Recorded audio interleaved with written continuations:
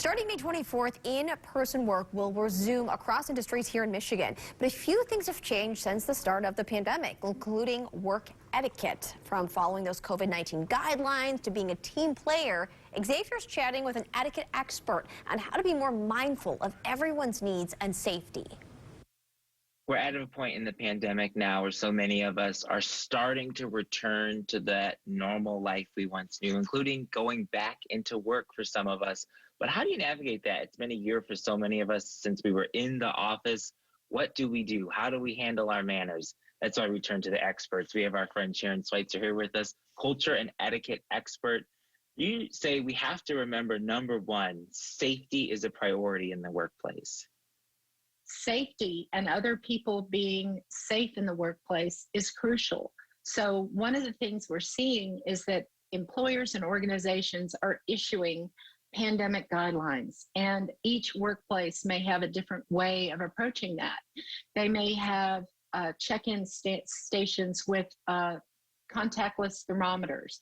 They may have different sanitizing stations. What you want to do is follow your organization's pandemic guidelines. And over the last year, we have been through so many changes. Everyone has an opinion on how they feel about working from home or coming back into the office. But really, we all do have to understand how the business's needs fall into all of this. We need to assess what are our roles and responsibilities. The organization may have gone through a streamlining process. Customer demands may have changed. So you're going to want to read carefully and understand what your supervisor and what the organization may have done or may have changed. So strive to put teamwork over personal needs. You know, the employer may be looking at that, but the other thing we have to realize as workers and employees is that our commute time, maybe Fido and Fluffy, you know, our pets and their separation anxiety, those aren't going to be as crucial to the organization. Yeah, and you had mentioned earlier that safety's a priority always in the workplace, but those people skills are still important to you, even returning to work in the midst of the pandemic. That's right. Once we get a job, 60 to 80% of that is people skills. It's our social skills. It's how we get along in the workplace. Only 20 to 30, maybe 40% of our success is technical skill. So it's our ability to relate to other people, build relationships, make the work go smoothly.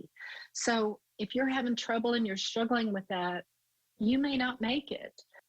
Another area some people have struggled with is kind of navigating the whole digital world in the midst of this pandemic.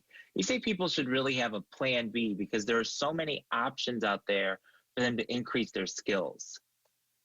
Yes, when you're navigating return to work, now is the time to update your digital skills. There are so many packages available where you can work from home. You can update, take a Zoom masterclass, take a Microsoft bundle. You can update all kinds of video conferencing skills for very, very reasonable prices. Some of these courses are less than $20 or $25, and you can take them online and really update your skills and your digital portfolio, which will pay dividends to you in updating your resume. These are all such great tips, Sharon. Thank you so much. We're going to post all these tips and even some more on our website, 9and10news.com. Plus, if you head there, you can connect with Sharon and keep in contact and touch with her. Yeah, great tips for sure. Something we can all use in the workplace. Well, millions of kids have to deal with the